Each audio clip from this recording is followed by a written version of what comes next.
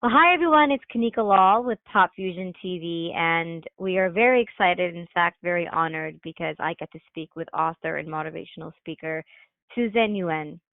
And could you correct me on how to actually pronounce that last name?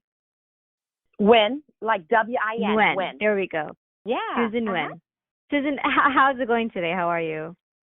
It is going so well. I just got back from a book club. I was a featured author for a book club for a company by the name of Mutual of Omaha. A shout out to Oh, Sherman On for inviting me out there. So that was awesome. A passionate group of people. The Q&A was great, and the love and support was wonderful. So I'm back from that, and it's been a terrific Friday. How about you? How's it oh, going? good. Well, thank you for asking. I not bad. I think it kind of in the same realm of being around people who are uplifting one another and supporting each other. So that's what I've been trying to surround myself with actually today. Today was a good day for that kind of communication. So I'm happy for you. I'm happy that you were able to kind of get that energy from that book club. Which reminds me, I kind of want to join a book club by myself down the road. Those are always fun. Never will be outdated. um, so, Susan, there is so much to the journey that you've been through and what you've overcome. But for people listening, I just want to say kind of, what has happened and how you were able to recover from that. I just want to say that I am a huge admirer and I respect that. Um, so for those listening, you were ejected through a windshield 50 feet away from the vehicle in a tragic car accident. And I want to ask though, at that moment, when you heard your friends were screaming and you couldn't reply, I mean, what was going through your head for what you can remember? From what I remembered from that night, all I saw was a bright light, and I was laying on a wet ground, and I could hear people screaming and jumping up and down and just crying. But I was completely numb. Mm. So many emotions and feelings were going through my mind. I wasn't able to move. I wasn't able to speak. I wasn't really able to do anything. I was in complete shock. Did you think that your friends would even be able to find you? You know what? To be honest with you, that thought didn't even cross my mind. What's in I mind? think at Yeah. that moment, I was just trying to figure out what the heck happened and what Hmm. happened so quickly. So that was on my mind. And I just knew there was something terribly wrong by the sounds of people screaming and sobbing around me. Hmm. It's almost like a state of nothingness but everything at the same time, and Hmm. it's it's extremely, I mean, I'm not sure how much you try to block it out of your head and block it out of your mind, but I know for a fact you used it for the better, and that's resilience, and that's something that so many people right now could be learning from because we're all going through certain transformations. And one thing you're doing many, but one is your book, which I love the title, One Arm But Not Unarmed. Awesome. And you turned your personal tragedy into calling to help other trauma victims. So tell us the meaning behind this title and your soul and everything you put into this and hoping you were going to get out of it, which I'm sure you got a lot out of it. You know what? I am just so proud because the book was published in April and it's beginning of August, and I mean it's all over. It's been picked up by Barnes and Nobles, Amazon, eBay, Walmart.com, and it's actually gone international. So it's beyond my wildest dreams. I found it. I was googling myself, and I found it in Shanghai. I found it in India. So it's pretty amazing. And writing this book, it was just another platform to share my message. I feel like Mm. I have been through so much, so many life experiences. I've been able to experience so much pain. And fortunately, I've been able to heal since I have recognized, confront, and embrace my pain. So it was just Mhm. important for me to be able to share that message in hopes to remind people how resilient they are and also to remind people how important it is to not block the pain, to not bottle it up, to be vulnerable, and to be able Mhm. to truly heal from the pain, because once you're able to heal, it makes you better. You begin living your best Mhm. life. Um, so earlier you mentioned about blocking it out, and Mhm. absolutely that's something I did at the beginning of my recovery. But being able to truly go through those emotions and feeling the pain, being vulnerable, being open, and being raw was something I needed to go through in order to get to where I'm at now. Um, so Mhm. also, the title of the book, I love it. My best friend Hui and I were brainstorming on a title, and he's seen me go through the peaks and the valleys, and he helped me come up with that title. And I was like, I love it, right? So, the deep meaning of that book is it's no limitations. It doesn't, my physical scar doesn't define who I am.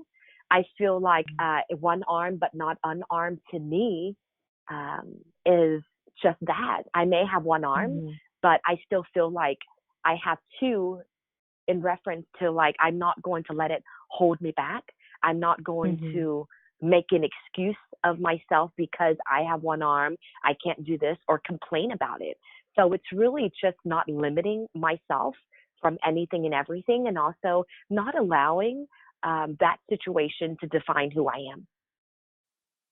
100%. And as you were talking about arms, a more descriptive figure came to my mind because there is a goddess with all these different arms. So in fact, you don't have one, you don't have two, you have 100 because you're a goddess, warrior, queen. That's why Oh, that that image came to my mind. Now, do you use oh. a prosthetic arm though, and why or why not? I did. I went through the phase where I actually wanted to explore a prosthetic, and I actually went ahead and purchased a prosthetic. But Mm. I went through my journey of wearing it for quite some time. I realized it wasn't truly what I wanted. I feel like in the beginning phase of my recovery, I wanted to purchase it and wear it because I think I was fooling myself to think there was something still there. The prosthetic Mm. was only for cosmetic, for appearance, right? It didn't do anything. And that was, of course, almost 2 decades ago.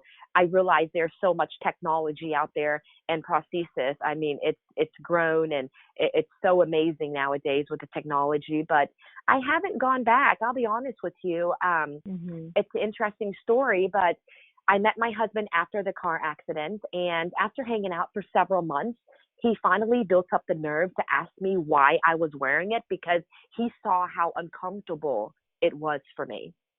Mm. I was shocked for someone to ask me that. However, I was completely relieved for someone to ask me that.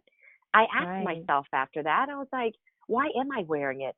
Is it for others or is it for me? It was heavy. Mm. It was uncomfortable. It caused blisters at moments. So it was something that I was wearing. However, it wasn't making me happy. So Right. yeah, I took it off and I slapped him with it. No, I'm just kidding. I love that he was also so open to be asking you that too though. You know, he was just like he noticed that it was making you feel uncomfortable and he kind of like saw he made you see your whole situation in different perspectives. So that's probably why he's your husband. You didn't even realize probably the power of what he said, but you it actually it Absolutely. helped. And It yeah, in a way it's something mhm. that's supposed to help you actually restricted you. It kept you from being free and liberated. Absolutely. I couldn't have said it better. And Yeah. that question was just profound. And after that, I just, decided not to wear it, and I'm okay. Mhm. I have adjusted. I've adapted. I'm able to do things with one hand, sometimes even faster with other than others with two. That's what my friends and family tell me. Like, oh my God, you did that so quick, and I haven't even finished yet, or whatever the case is. So I've adapted pretty well. Although I'm not saying it's out of the question to maybe explore that in the future. But as of right Mhm. now, I'm okay. I'm okay. I'm in an okay place. Yeah. Now, for people who are listening and, they haven't found this confidence inside of them, or they're afraid, they're embarrassed to share their own stories, what advice could you give them? Sure. The biggest piece of advice that I could give people that have gone through traumatic experiences is to look within and to be completely vulnerable with how you feel. I went through a phase where I was self medicating and I was doing things I shouldn't be doing because I just was not ready to face my reality. I wasn't ready to speak with people on how I felt. And by doing that, I actually isolated myself and I felt like I was alone. And I feel Mm. like that really slowed me down in my recovery.